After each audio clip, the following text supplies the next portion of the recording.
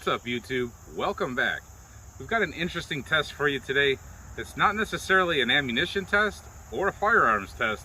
It's a gel test, but it's a test of the gel and the testing of the gel. So, first disclaimer just for today, my face is still a little bit screwed up. I got bugs flying around. My face is a little bit screwed up. I'm still paralyzed on half of my face. I'm not drunk. Don't think I'm drinking beer and handling firearms or something like that. So now that we got that out of the way, what we have going on here is a couple comments that come through in almost every gel test video, some more than others, but the comments usually revolve around the integrity of the gel after we've already shot it once. Now, some people are very adamant that, and they're with capital letters and exclamation points, test is invalid, you need to shoot a new gel block with every single bullet every single time. It always needs to be a brand new gel block because they say any interference, any disruption through the gel pretty much ruins the test for the next round to go through it. They say you need to keep having a brand new one as a control. So let's talk about that. If you hit too close, I could see that one bullet might follow the path of another bullet and they might end up in the same wound channel. Most of us that do these gel tests, I won't speak for every gun tuber out there, but I think I can speak for a lot of us that are doing these type of tests. We try not to hit the same wound channel. That's an obvious thing that we try to avoid. Many of us are close enough and good enough shots that we avoid that. We learn the trajectories and we're good to go. If they overlap, a lot of us will redo it. But it is valid that if they follow the same path, of course it'll be a little bit less resistance. The next one might go a little farther. Now, when it comes to hitting maybe 3 or 4 into the block, as long as they're not touching, I don't really think that that's going to do much of compromising that portion of the block. If we hit high and to the right and then low and to the left coming into the block, trust me, this block is hard as heck to tear apart. If some of you have used it, you'll understand. If you haven't, trust me, you can barely tear this stuff apart. You have to saw at it with a knife. It barely wants to rip apart. It's a nightmare to try to go ahead and remelt sometimes. It's very strong and it goes right back. If you watch slow motion videos, it expands with a temporary wound cavity and it goes right back like a rubber band. It's very stretchy. I can show you right now, you can't just tear it apart. You can't just stick your finger into it. It's very strong stuff. So I personally don't believe that the gel is compromised. Now, it could be. Now, over time, the gel does get compromised. This is a very old block, and as you can see, it's yellowed. It's actually shrunken because it's lost a lot of its mass because we've taken chunks of things out of it, and it's lost chunks as we've hit it. And this block has only been shot once and remelted one time. So this block might have a different calibration to it where things might enter it differently than this one, but there still should be consistency, sorry I can't talk, in between shots. So if you were to take a BB, which is how they sometimes calibrate these, or at least clear ballistics, which is what this is, that's how they calibrate it. If a BB were to travel into this at 500 feet per second, maybe it would travel 4 inches, I don't know. It might go 4.5 inches into this, or it might go 3 inches into this one. So changing it by remelting it, that might be a valid point. So moving on to what we're actually going to do is I have a box of ammunition down here, or the remainder of a box of reloads. They're hollow points, they're Hornady XTPs, they're 45. I didn't load them, my friend loaded them, and he loads these things really nice.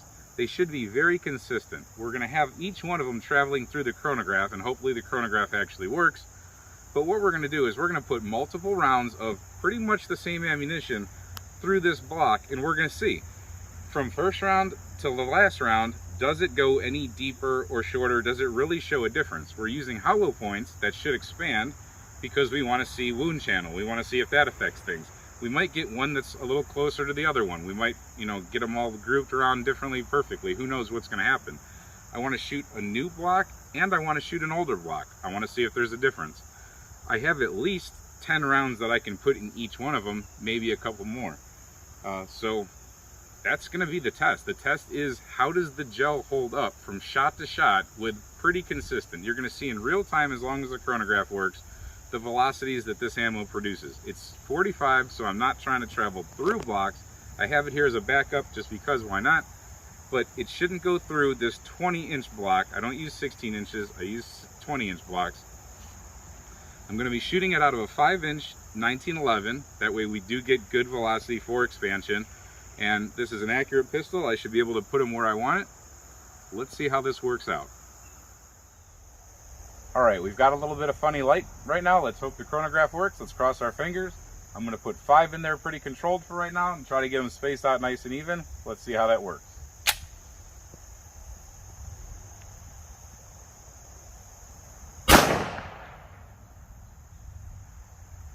Nothing on the chronograph.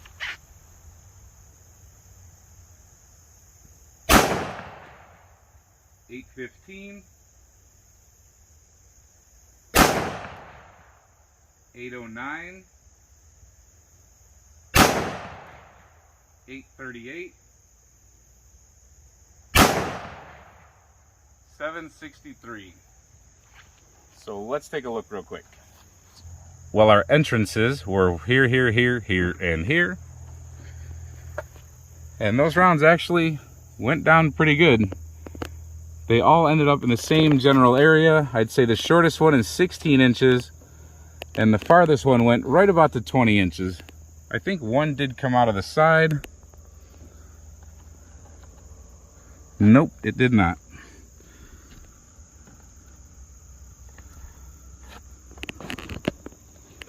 Maybe it did at the bottom. Actually, one of them did come out of the side. What it did was it traveled through that whole block.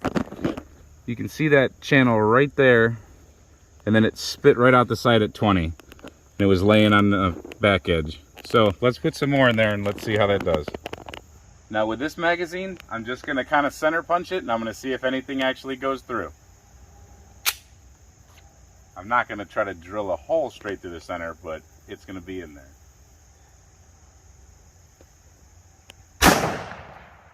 $7.72, $8.24, $8.25, $8.32, and $8.16. Let's go take a look at that. Okay, as you can see, all the holes are very close in there. And the wound channels for them all are boom. So nothing went actually through. Let me double check real quick. Okay, so no, I count. We have the one that came out earlier, and then we have all the rest of them. So let's just take a look at where they all ended up. They did go a little bit farther than I thought they would.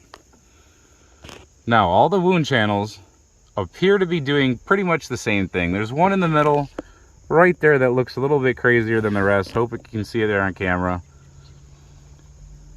Most of the bullets did the same thing down here.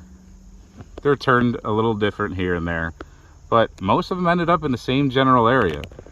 The one that was the lowest channel here, that should have been disturbed by the least, it went the shortest. Well, it appears to have a bounce back in it though, so check that out. So that goes forward and then bounces all the way back. So that's the other thing to take into account, is bounce back. Look at all the different levels of bounce back we have here. What causes that?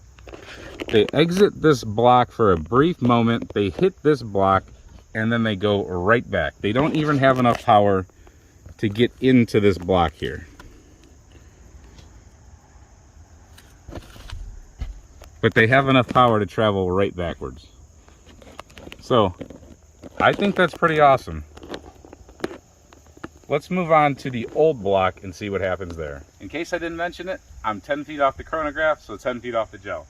Let's put our 5 controlled group in there. Let's see how that goes on the dirty old gel.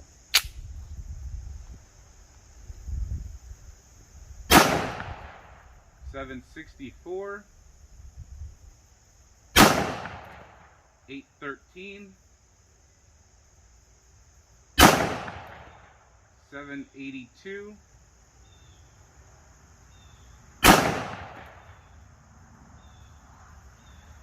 $7.82 with some sort of a problem.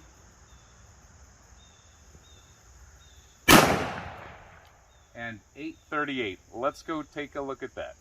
So our entrances were here, here, here, here, and here. I was trying not to hit this bar of my chronograph. I probably should have just moved it. I don't think any bullets came out. So this is a terrible block to try to see through, but our wound channels are as so, and they continue all the way down here to the back of the block.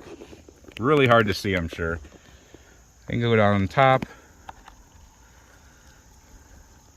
I never took the plastic wrap off of it, but here's one right here, and that is at about 17 inches. We can see a couple more here, so nothing made its way into that block. We have 1, 2, 3, 4, and then 5. So 1, 2, 3, 4, 5. Let's shoot some more. All right, just 5 kind of in the center. 801, 798, 798 with some sort of an air,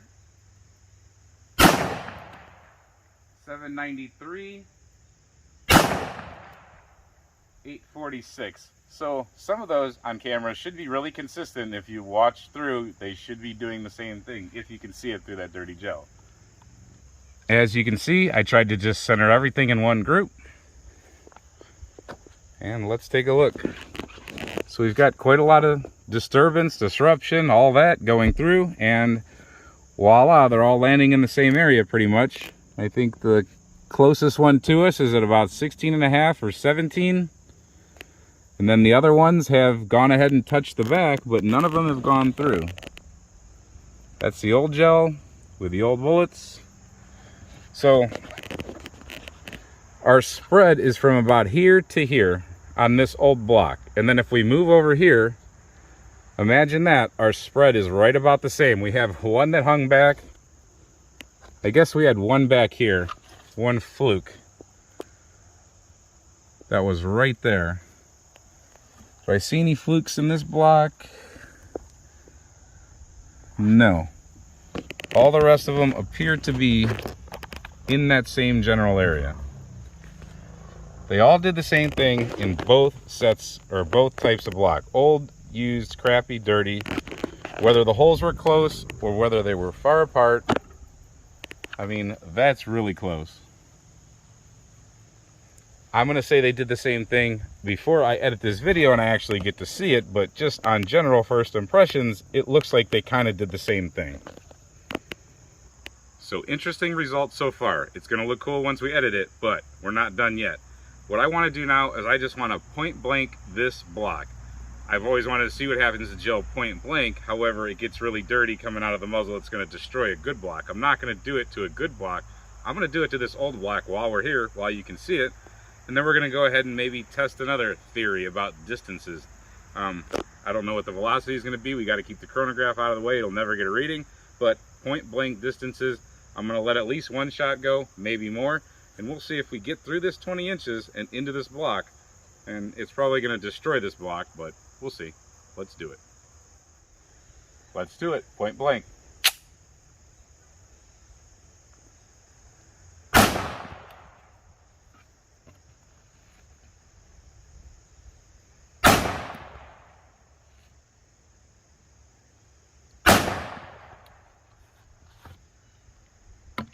Let's take a look. Well, that looks pretty nasty. That's melted, that's hot. That's what happens with point blank shots. Might have to clean off the tip of the gun now. So, those rounds traveled through enough, I can tell you, to get into the second block. So there is one of them. If I can not cut my finger to pieces getting it out, I'll get it out for you.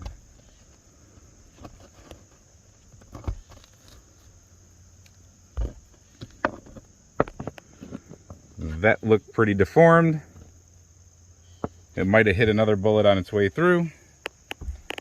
There looks like the other one, and there looks like the other one. So let's put these back together and let's measure. So interesting, I don't know how these expanded. It doesn't look like they expanded very well at all, but they did make it far. So 32 inches here on this one.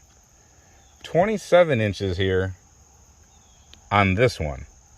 This one we dug out at right around 20.5 inches out of the second block, but we don't know what happened to it. So closing the gap with 10 feet closer to the target really increased where we could go. 10 feet translated to at least about 10 inches of an average, I believe. That's pretty cool. That's a lot of velocity gain, I guess, closing that 10-inch gap. But we didn't have the projectiles open up. So I dug all the projectiles out, and that was a chore. Interestingly enough, the ones that were in the clean gel, they all expanded really nicely. There was one that didn't expand so well, one that halfway started to expand, but on average, they all did their job as XTPs normally would. Moving on to the block that was the dirty block, most of those did the same as well. We had a couple that might have hit other bullets or been struck by other ones. We had one that appeared to not really open up that well. It kind of tried, but something happened. They almost looked like they got maybe opened up and then closed again as other bullets passed them. So the odd part is moving over here to the point blank ones. Now the one that was in between the two blocks, we pulled it out of there. Who knows what happened? That smashed into another round or something like that. That's probably what stopped it in the middle of the two blocks. The two that made it through the deepest, I think a lot of them making it through deep was the fact that they didn't open up. So maybe we were wrong about thinking about closing the distance in feet per second. Maybe it's just the fact that they didn't open up and they're clogged. You can see immediately with gel they were clogged. This one has a little scrape where I think it passed another bullet. That'll happen a lot of times as they go through the gel. They will nick and that'll happen, but for the most part, no opening up. And then we don't know about this one, but at least two of those three point blank did not open up. If anybody knows in the comments section why that would be, no air gap or something to do with the gases, I have no idea, but that was absolute point blank touching the block, melting the block range right there. So I just find that really interesting. Now, what does all of this mean? I have no idea. You're going to see it after it's edited and I upload it. Let me know what you think in the comment section, what it all means. All the bullets did not land in the exact same place, but they were not all the same velocity. They did have to encounter different things as they went through. The whole new block for every bullet thing is an impossibility for most people. At least I can't do it. Lucky Gunner has great tests that they've done, and if you look at their tests, they have 5 or 6 rounds, I believe 5 at least, going through the same block. They don't use a new block for each one. They take an average. I don't know of anybody that actually uses a new block for each round. I think that's kind of silly. These things are about $100 a piece to get to my door, and I buy everything myself. I'm not sponsored by anybody. So let me know what you think. I think that tests are tests, velocities are velocities. It just gives us a relative idea. Nothing's going to be exact. This is not a science. It lets us know what the bullet looks like when it expands. It gives us a threshold there of where we're going to get for an idea of realistic penetration. And it just shows what one bullet does compared to another one. It doesn't even show what it'll do in real tissue. Now that we've got this out of the way, we can move on to some cooler gel tests. I have so many of them lined up. I was waiting for a little bit cooler weather. That is one thing that will affect gel, is if you start shooting at noon and the sun is beating on the gel, you take a shot now, you take a shot in 20 minutes, and you take a shot an hour from now, that gel block's about to melt anyway on its own. So that's a little different story. I like doing it in cooler weather. Hope you liked this video and hope to see you soon for more gel tests. In the meantime, stay safe, have fun, and keep shooting.